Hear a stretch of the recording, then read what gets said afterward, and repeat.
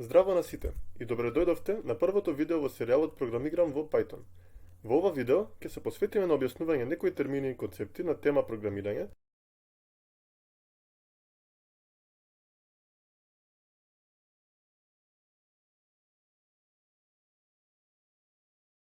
програмски јазици, ќе кажеме збор 2 за Python и ќе поставиме околина во која ќе може да работиме. Потоа, ќе започнеме со неколку основни програми во кои ќе научиме како може да се испечати текст на екран и како можеме да го користиме Python за пресметување математички изрази.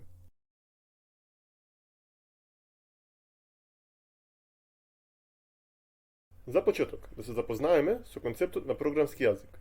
Програмските јазици ни дозволуваат да напишеме текст кој компјутерот може да го разбере. Овој текст треба да следи строги правила, но тие правила ни овозможуваат да напишеме инструкции кои компјутерот ќе ги изврши.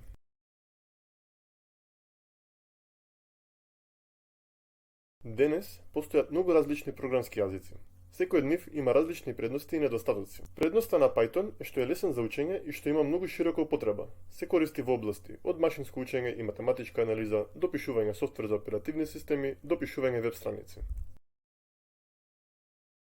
Главен недостаток на Python е што во голем дел случаи не е ефикасен колку други програмски јазици. Меѓутоа, со оглед на тоа што добиваме подобра технологија секој ден, ова често не е проблем. Покрај тоа, голем дел од концептите кои се користат во други програмски јазици се користат и во Python, што значи дека Python е совршен за почетници. Знаењето со кој ќе се стекнете ќе ви користи и при учење JavaScript, C, PHP, Ruby или кој да е друг програмски јазик. За да почнеме со изучување на Python, потребен е начин да пишуваме и извршуваме код.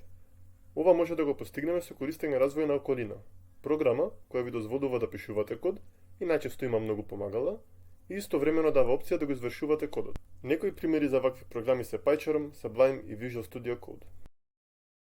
Во овие видеа, околината која ќе ја користам ќе биде Python Trinket. Оваа околина е онлайн, што значи не мора да се спушта ништо.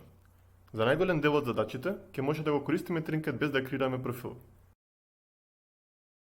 За почеток, може да кликнете на линкот во описот на видеото или да појдете на trinket.io и ќе ви се појави следниот екран.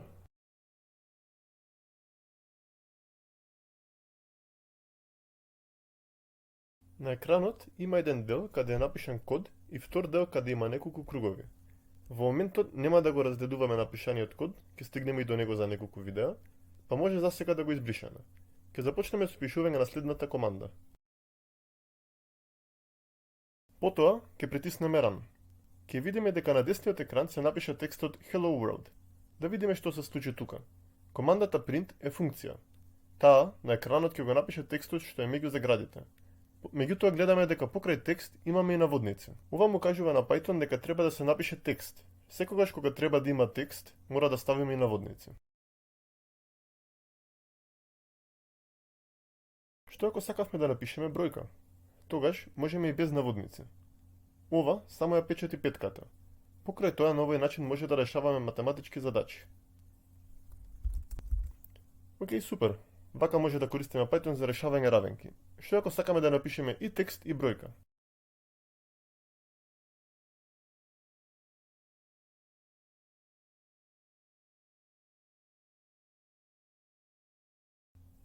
Океј, и ова изгледа добро, што значи дека во текстот може да ставаме и некој аритметички израз.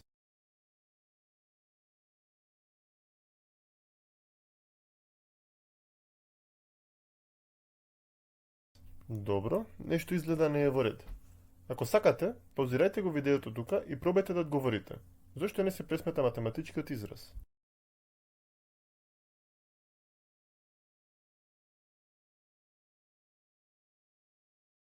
Одговорот е дека целиот текст е во наводници, што значи Python го гледа само како текст, а не како математички израз. Овој проблем може лесно да го решиме ако го одделиме текстот со запирки.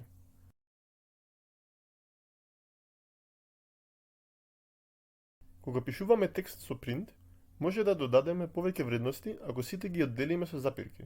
Меѓутоа, мора да внимаваме. Првиот текст, јас имам, е во наводници, додека 7 по 4 не е. Потоа, кај текстот години, мора пак да додадеме наводници за Python да знае дека и ова е текст. Значи, да направиме едно кратко резиме. Програмски јазици се правила за пишување текст кој може да го разбере компјутерот. Python е еден таков програмски јазик. За да може да напишеме Python програма, ни треба развоена околина.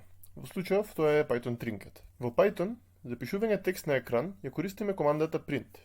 За да му кажеме на Python дека користиме текст, го ставаме текстот во наводници.